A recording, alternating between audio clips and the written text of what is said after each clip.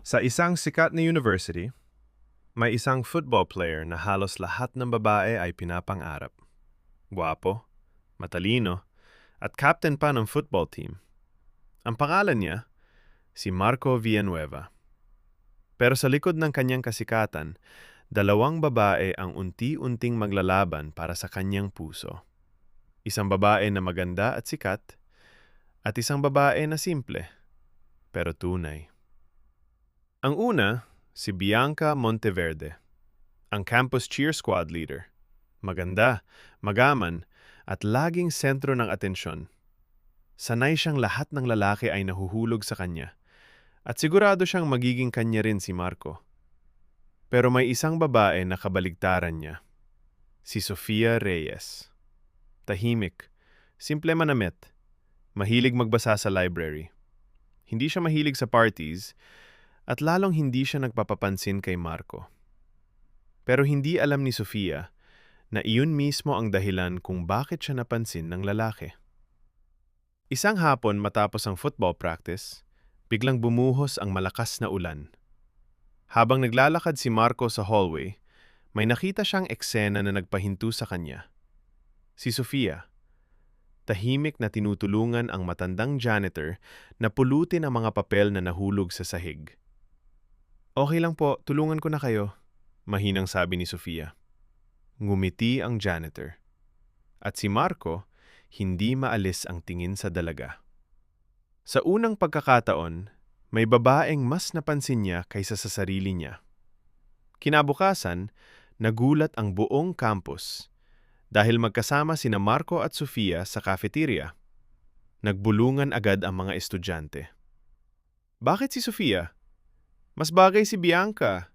Hindi naman siya sikat." Mula sa kabilang table, tahimik na nakatingin si Bianca. Halatang hindi niya matanggap ang nakikita. Lumapit siya kay Marco at ngumiti. "Marco, may party tayo mamaya, remember?" Pero nagulat siya sa sagot ng lalaki. "Sorry, may lakad na ako." Kasama siya? Malamig na tanong ni Bianca habang nakatingin kay Sofia. Tumingin si Marco kay Sofia at ngumiti. "Yeah, kasama ko siya." Natahimik ang buong cafeteria at doon nagsimula ang tunay na labanan. Simula noon, ginawa ni Bianca ang lahat para maagaw ulit si Marco. Mamamahaling regalo, sweet posts online, at pagpapaselos. Pero habang tumatagal, mas lalo lamang nahuhulog si Marco kay Sofia. Dahil hindi ito nagpapanggap, hindi ito maarte. At minahal siya nito, hindi dahil sikat siya, kundi dahil nakikita nito kung sino talaga siya. Dumating ang araw ng championship game. Punong-puno ang stadium. Nagsisigawan ang crowd habang papalapit ang huling minuto ng laban.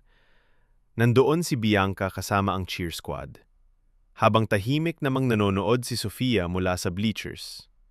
At sa huling segundo ng laro, naipasok ni Marco ang winning goal. Nagdiwang ang buong stadium. Tumakbo si Bianca papunta sa field. Umaasang siya ang lalapitan ng lalaki. Pero nagulat ang lahat.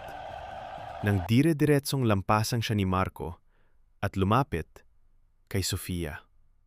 Sa harap ng buong crowd, hinawakan niya ang kamay ng simpleng babae at mahina niyang sinabi, "Hindi ikaw ang pinakasikat, pero ikaw yung pinakamahalaga sa puso ko."